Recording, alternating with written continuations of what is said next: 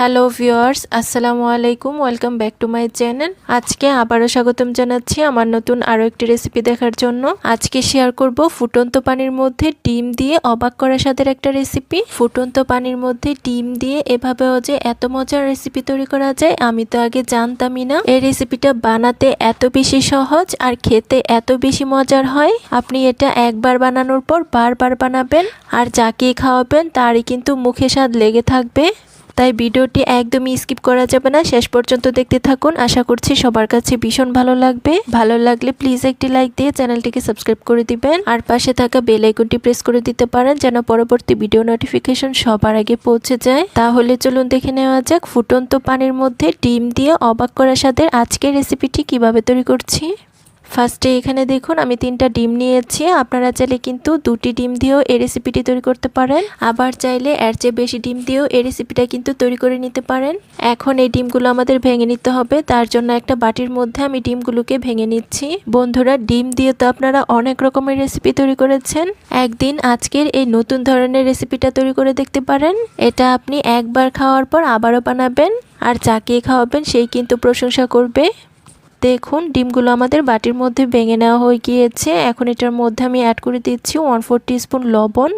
এখন একটা কাঁটা চামচের সাহায্যে ডিমগুলোকে আমি খুব ভালোভাবে ফেটিয়ে নিচ্ছি।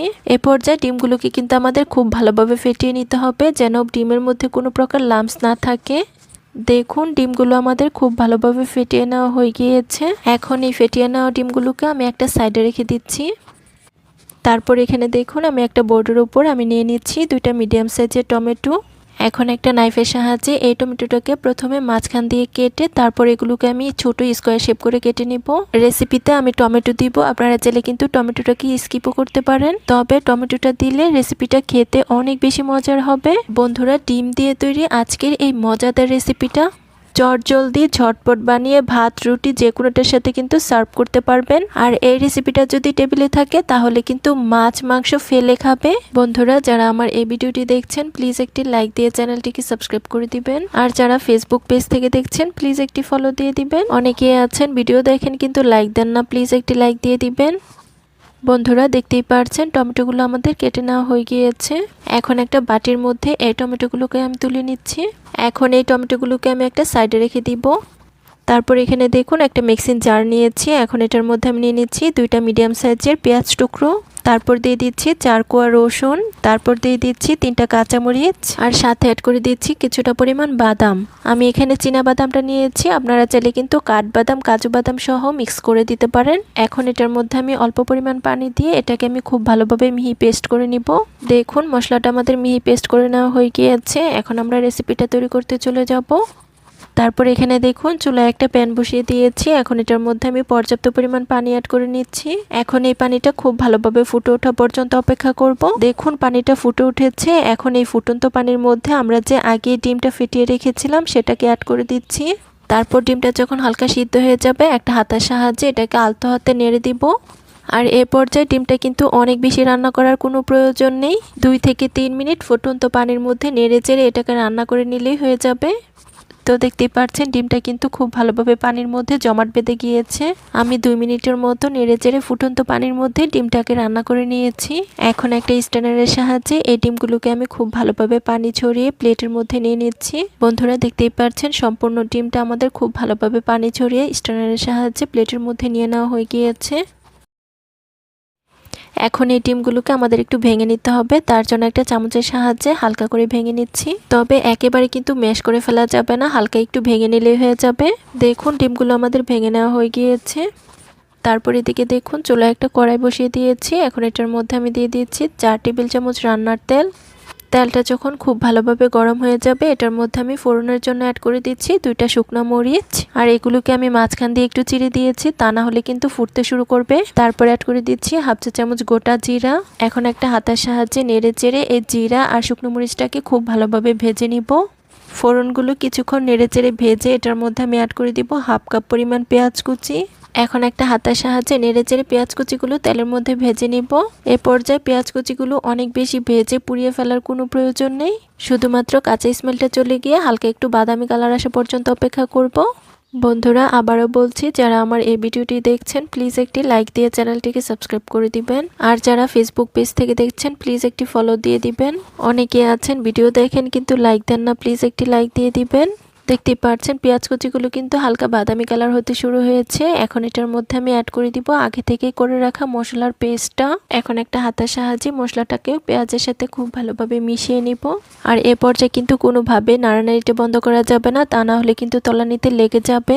মশলাটা কিছুক্ষণ নেড়েচেড়ে তেলের মধ্যে ভেজে এটার মধ্যে কিছু গুঁড়ো মশলা অ্যাড করব।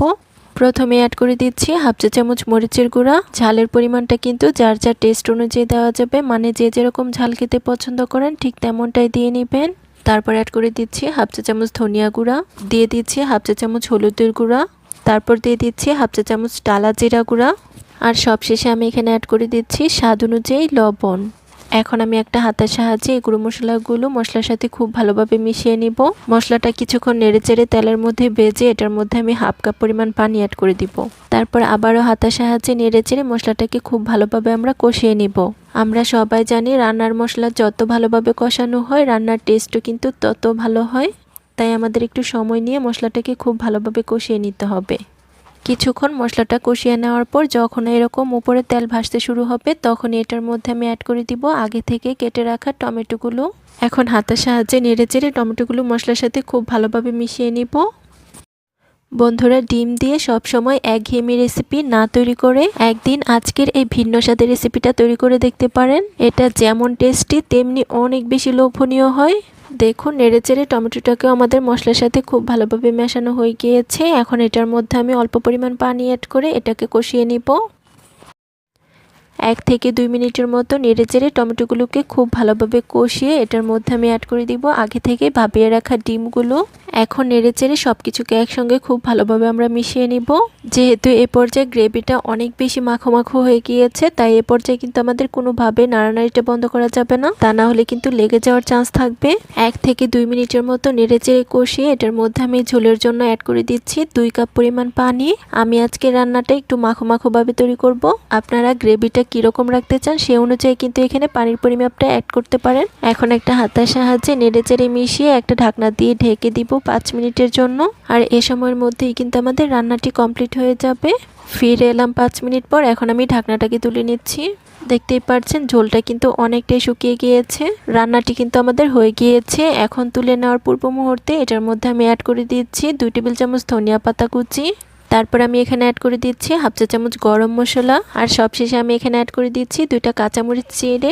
এখন আমি এই সব কিছুকে নেড়েচেড়ে খুব ভালোভাবে মিশিয়ে নিচ্ছি। বন্ধুরা আপনারা যদি এরকম আরো মজার মজার রেসিপি দেখতে চান তাহলে আমার ইউটিউব চ্যানেলটাকে ভিজিট করতে পারেন। আর সেখানে আমি অনেক রকমের রেসিপি শেয়ার করেছি যেগুলো দেখলে আপনাদের কাছে কিন্তু ভীষণ ভালো লাগবে। রেসিপিটা হয়ে গিয়েছে, এখন আমি আপনাদের মাঝে পরিবেশন করে দেখিয়ে দিচ্ছি। তার জন্য এখানে দেখুন আমি একটা বাটির মধ্যে রেসিপিটা পরিবেশন করে নিচ্ছি।